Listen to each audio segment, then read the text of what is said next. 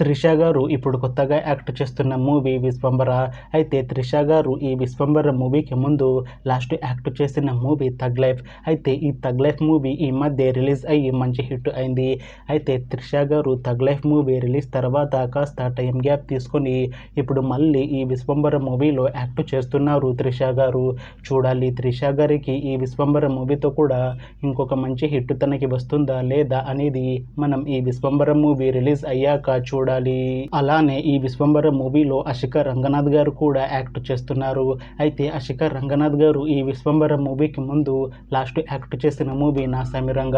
అయితే నా సమిరంగ movie release అయ్యి 1 ఇయర్ అయిపోయింది. అయితే అశిక రంగనాథ్ గారు నా సమిరంగ మూవీ రిలీజ్ తర్వాత 1 ఇయర్ టైం గ్యాప్ తీసుకొని ఇప్పుడు మళ్ళీ ఈ విశ్వంబర మూవీలో యాక్ట్ చేస్తున్నారు అశిక రంగనాథ్ గారు.